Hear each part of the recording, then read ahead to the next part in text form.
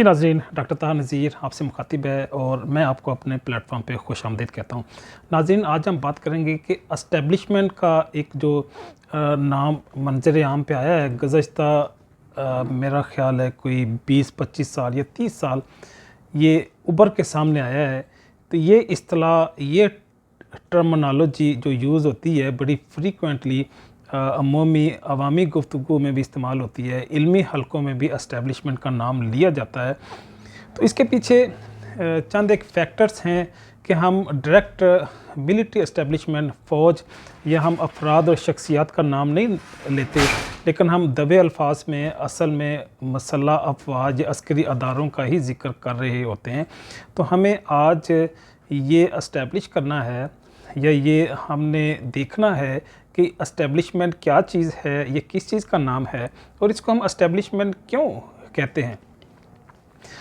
असल में जो पाकिस्तान के अस्करी अदारे हैं, जो पाकिस्तान की मसल्ह अफवाज हैं, फ़ौज है, उसके क्योंकि पाकिस्तान के अंदर कुछ मुआशी एक्टिविटीज़ भी हैं, वो चाहे ज़मीनों को डेवलप करके सेल करने के हवाले से हो, चाहे केमिकल फर्टिलाइज़र की इनकी इंडस्ट्रीज़ हों, चाहे फार्मास्यूटिकल और मेडिकल प्रोडक्शन के हवाले से इनके कारोबार हों।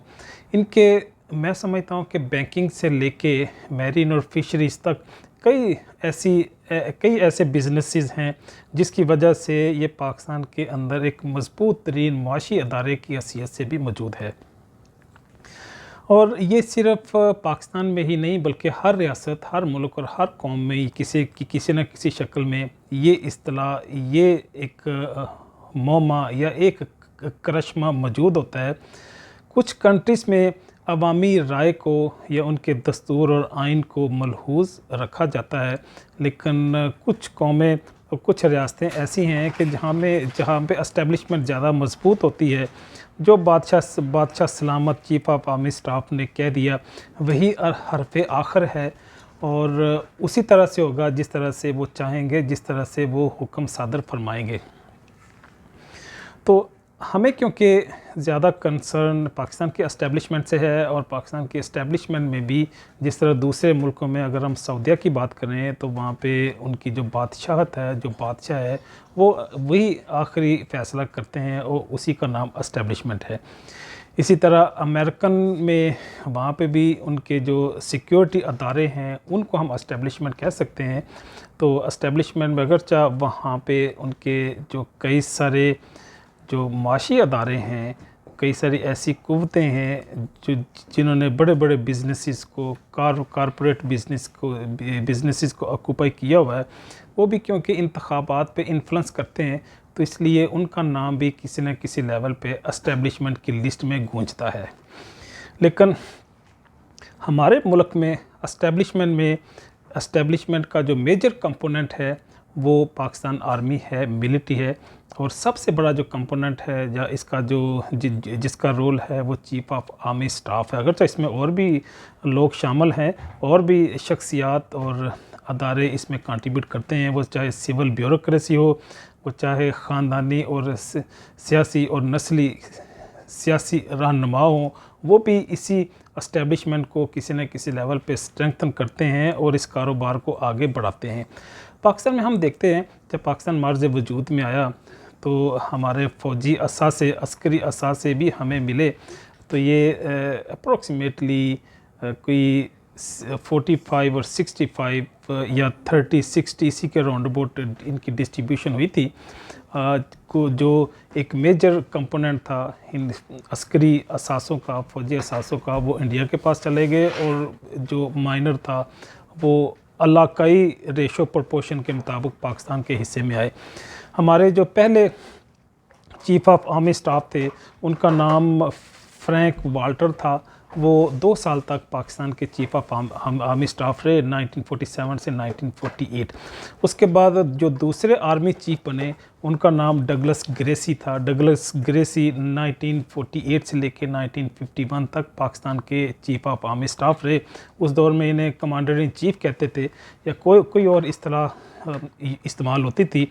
70 या 69 के राउंड अबाउट इस इस्तिलाह को या इस डेजिग्नेशन को बदल दिया गया। उसके बाद ये चीफ ऑफ आर्मी स्टाफ की इस्तिलाह या टर्मिनोलॉजी इंट्रोड्यूस की गई और दस्तूरी तौर पे, आइनी तौर पे इसकी इस्तिलाहात, इसकी जो अमेंडमेंट भी, इसकी तरमीम भी कर ली गई। इसलिए हम देखते हैं जब तक कायद-ए-आज़म हयात रहे कि मिलिट्री एस्टेब्लिशमेंट को उस तरह से सर उठाने का मौका नहीं मिला कि जिस तरह से आज के दौर में ये पूरी कुव्वत के साथ हमारे ऊपर मसलत है। दूसरा जो बड़ा अहम पहलू है वो ये है कि हम देखते हैं कि मगरबी तहज़ीब में फ़ौज को सिर्फ फ़ौजी कामों में ही मुलव्वस करते हैं, उसको सियासत में, सिविलियन एक्टिविटीज़ में क्योंकि इंगेज नहीं करते। तो इसलिए जब तक यहाँ पे फ्रैंक वाल्टर और डगलस ग्रेसी रहे तो उन्होंने अपने फ़राइज़ से तजावज़ नहीं किया, अपने ओहदे का पास रखा। लेकिन जब हमारे ब्राउन स्किन वाले लोग, हमारे अपने लोग से उन्होंने जब कमांड संभाली तो फिर हम देखते हैं बड़ी कुव्वत के साथ हलफ जो लेते हैं उसकी फिर पामाली भी करते हैं। वो ये वादा करके आते हैं कौम के साथ, मुल्क के साथ, रियासत के साथ हम सियासत में हिस्सा नहीं लेंगे और बड़े शौक़ से और बड़ी मेहनत से जद्दोजहद करके सियासत में पार्टिसिपेट भी करते हैं, सियासी पार्टियों की इंजीनियरिंग भी करते हैं, हुकूमतों और वजारतों की तकसीम भी करते हैं और ये बड़े शौक़ और बड़े ज़ौक़ से सियासत में पार्टिसिपेट भी करते हैं। तो गोया तो ये बबांगे दोहल अपने हलफ की पासदारी नहीं करते बल्कि उसकी वायलेशन करते हैं। कायद-ए-आज़म जब तक ज़िंदा रहे, अगरचे उनका भी आखिरी दौर बड़ा मुश्किल दौर था, हाँ, लेकिन उनके साथ एस्टेब्लिशमेंट में टक्कर नहीं ली क्योंकि वो जो एस्टेब्लिशमेंट थी वो गोरों के ज़ेर कमान थी और उन्होंने अपने हदूद और क़यूद की पासदारी की। लेकिन हम देखते हैं कि अक्टूबर 1951 में जो लियाकत अली ख़ान साहब का मर्डर हुआ, जो वहाँ पे सैयद अकबर बरामद हुए, उनको भी वहाँ पे कत्ल कर दिया गया। फिर उनकी फैमिलीज़ को जो मराहत मिली और उन्हें मिलिट्री जो एरिया था वहाँ पे महफूज मकामात फराहम किए गए, वो सारे क्राइन और शवाहद इस चीज़ की गमाजी करते हैं कि वहाँ पे पाकिस्तान की एस्टेब्लिशमेंट मुलव्वस थी। हम फिर आगे देखते हैं कि मोहतरमा फ़ातिमा जिन्ना ने भी पाकिस्तान में जमहूरियत की बात करनी शुरू कर दी, दस्तूरी और आइनी हुकूमत की बात करनी शुरू कर दी, तो उनको बैन कर दिया गया। रेडियो पाकिस्तान में कोई भी बयान देने में, उसको पब्लिश करने के वाले से उन पर पाबंदियाँ आयद कर दी गई।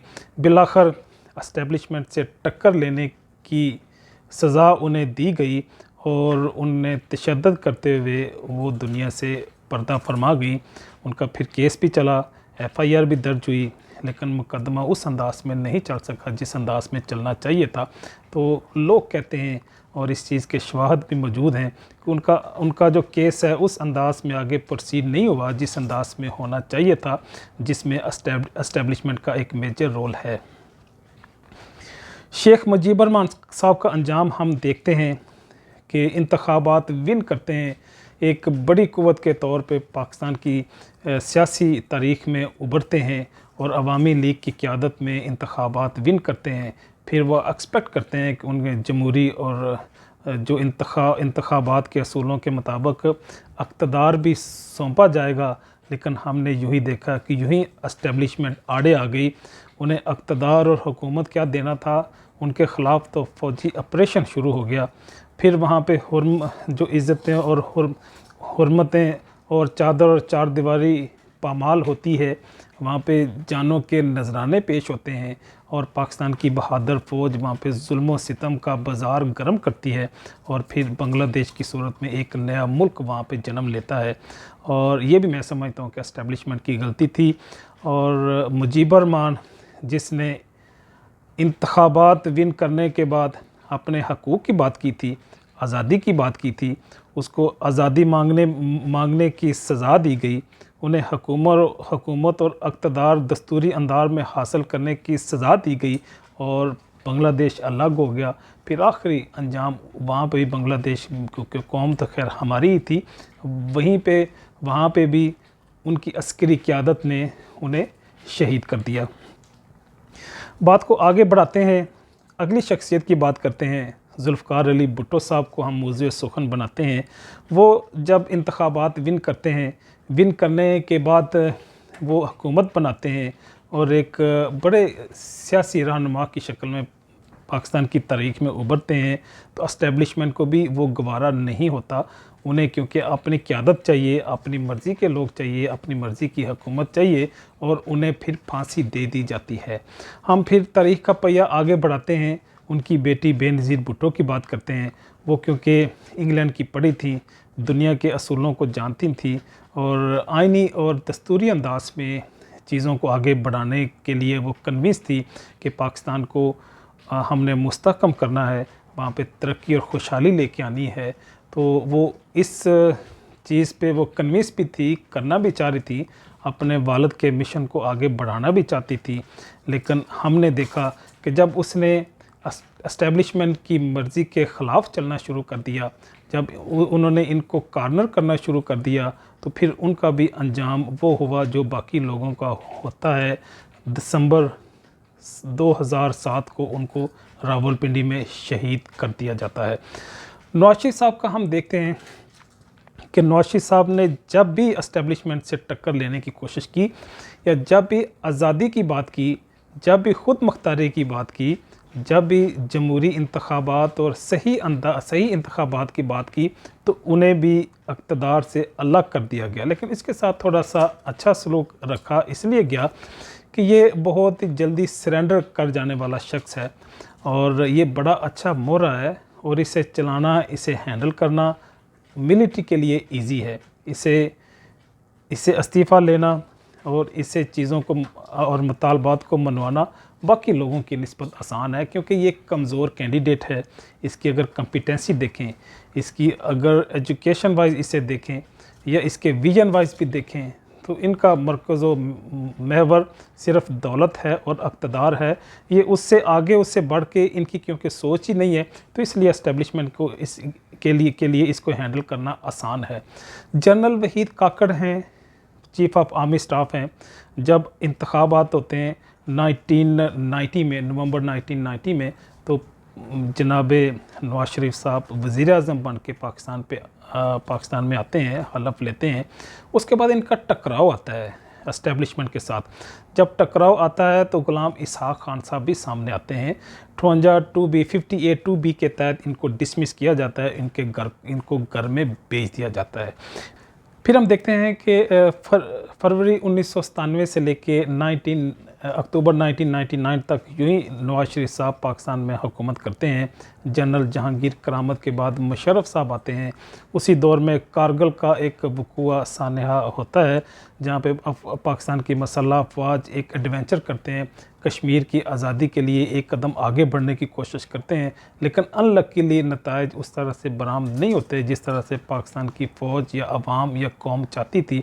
تو اسی تسلسل میں، اسی تناظر میں ان کے اختلافات بڑھتے ہیں، اور جناب پرویز مشرف صاحب کو جب ہٹایا جاتا ہے تو پھر وہ نواز شریف کو اریسٹ کر لیتے ہیں۔ اریسٹ کرنے کے بعد چکلالہ ایئر بیس پہ ان کو رکھتے ہیں۔ پھر ان کا جدہ سے سعودیہ کے ساتھ ایک ایگریمنٹ ہوتا ہے، اور ان کو سعودیہ میں جلا وطن کر دیا جاتا ہے۔ انہیں بتا دیا جاتا ہے، سبق دیا جاتا ہے نواز شریف کی شکل میں، کہ جو بھی سیاسی طاقت اسٹیبلشمنٹ سے ٹکرائے گی اس کا اسی طرح کا حشر ہوگا۔ پھر ہم دیکھتے ہیں کہ عمران خان صاحب کا بھی یہی صورتحال ہے۔ ہم عمران خان صاحب کی بات اس لیے نہیں کریں گے کیونکہ یہ تو آج کی نسل کے لوگ دیکھ رہے ہیں کہ کس طرح سے اسٹیبلشمنٹ پاکستان کا سیاسی منظرنامہ تعمیر کرتی ہے، کس طرح سے بناتی ہے، کس طرح سے پھر بگاڑتی ہے، کس طرح سے رجیم چینج ہوتے ہیں۔ اسٹیبلشمنٹ سے ٹکر لینے کا انجام تاریخی اعتبار سے ہم اگر پاکستان کے پس منظر میں دیکھیں تو بہت اچھا نہیں ہے۔ اگر اسی تسلسل، اسی پس منظر کا ہم اگر اسی پس منظر میں حالات کو آگے بڑھائیں تو ہمیں عمران خان صاحب کا کوئی بہت اچھا مستقبل نظر نہیں آتا، لیکن ہم پھر بھی دعا گو ہیں کہ اللہ پاک عمران خان کی حفاظت کرے اور اس کو پاکستان کی سیاست میں ایک اثاثہ بنا دے، اور جو اسٹیبلشمنٹ ہے اسے بھی ہدایت دے۔ اس کے اگرچہ چانسز بڑے کم ہیں، طاقت اندھی ہوتی ہے، اس کا اگر کوئی کسی فکر کسی نظریے کے تحت آ جائے تو یہی طاقت ایک نعمت بن جاتی ہے، لیکن یہی طاقت اگر آزاد ہو جائے، اگر اندھی ہو جائے تو اس کے نتائج بہت برے اور خوفناک ہوتے ہیں، جس سے اللہ ہم سب کو محفوظ رکھے۔ اسی کے ساتھ اجازت چاہوں گا۔ اللہ حافظ۔